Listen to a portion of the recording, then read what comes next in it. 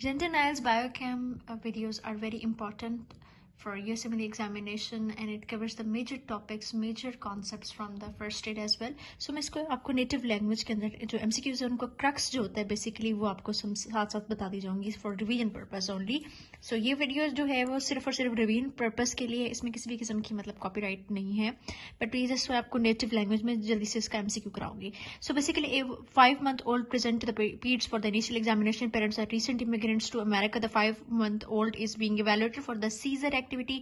पहली बात ये कि इमिग्रेंट्स हो गए, सीजर एक्टिविटी के लिए हम इसको इवेलुएट कर रहे हैं. चाइल्ड का जो है मस्टी या फिर मोल्डी स्मेल आ रही है बच्चे से, ठीक है. तो इसमें क्या आपका मतलब एक क्लू हो सकता है, याद रखना कि इसमें दूसरा क्लू आ जाता है मस्टी और mouldy smell. Which one of the following amino acid should be considered essential for the patient. Next clue word है एसेंशियल. कौन सी चीज होती है, ठीक है. इसमें alanine, valine, lysine, phenylalanine, tyrosine, tryptophan वगैरह शामिल है. मस्टी ओडोर हमने कहाँ पढ़ी थी बायोकेम में. मस्टी ओडोर होती है फिनाइल एलानिन के बढ़ने की वजह से. कहाँ पे, PKU यानी कि फिनाइल कीटोन यूरिया के अंदर सबसे ज्यादा ये मस्टी ओडोर या फिर मोल्डी स्मेल बच्चों के अंदर पाई जाती है, ठीक है. तो अब इसमें दो वजूहत हो सकती हैं, या फिर टेट्राहाइड्रोबायोपेट्रन का एब्सेंस हो, या फिर क्या होता है कि जो फिनाइल एलानिन अल्फा हाइड्रोक्सिलेज है जिसने फिनाइल एलानिन को टायरोसिन के अंदर कन्वर्ट करना होता है वो ना हो, ठीक है. इन दोनों की वजह से क्या होता है कि फिनाइल एलानिन अकोमुलेट होना शुरू हो जाता है और फिनाइल एलानिन के जो कीटोन बॉडीज होती हैं वो बनना शुरू हो जाती हैं, लेकिन जो टायरोसिन होता है वो फिर एसेंशियल अमाइनो एसिड बन जाता है, यानी कि हमारी बॉडी को चाहिए होता है तो हमने उसको सप्लीमेंट्स के थ्रू देना होता है, ठीक है.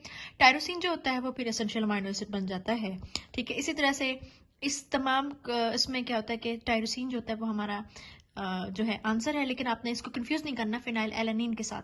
और साथ ही साथ एलानिन, वेलाइन, आइसोल्यूसिन वगैरह जो होते हैं यानी कि ब्रांच चेन अमाइनो एसिड होते हैं, वो क्या होते हैं कि वो इनकी जो होती है अकोमुलेशन होना शुरू हो जाती है. कहाँ पे, मैपल सिरप यूरिन डिजीज के अंदर, ठीक है. और इसमें क्या होता है कि मैपल सिरप यूरिन डिजीज के अंदर जो ब्रांच चेन अमाइनो एसिड होते हैं वो नहीं दिए जाते, ठीक है. तो वो प्रिवेंट करने होते हैं.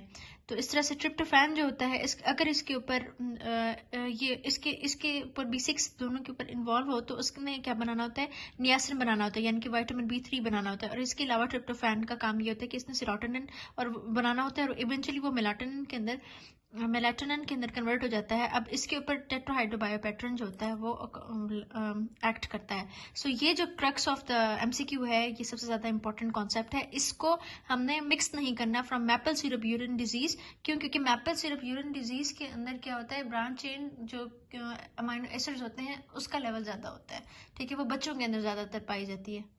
ये होती है कि अल्फा कीटोडिहाइड्रोजनेज एंजाइम की एब्सेंस होती है, स्मेल आना शुरू हो जाती है उनके डायपर से.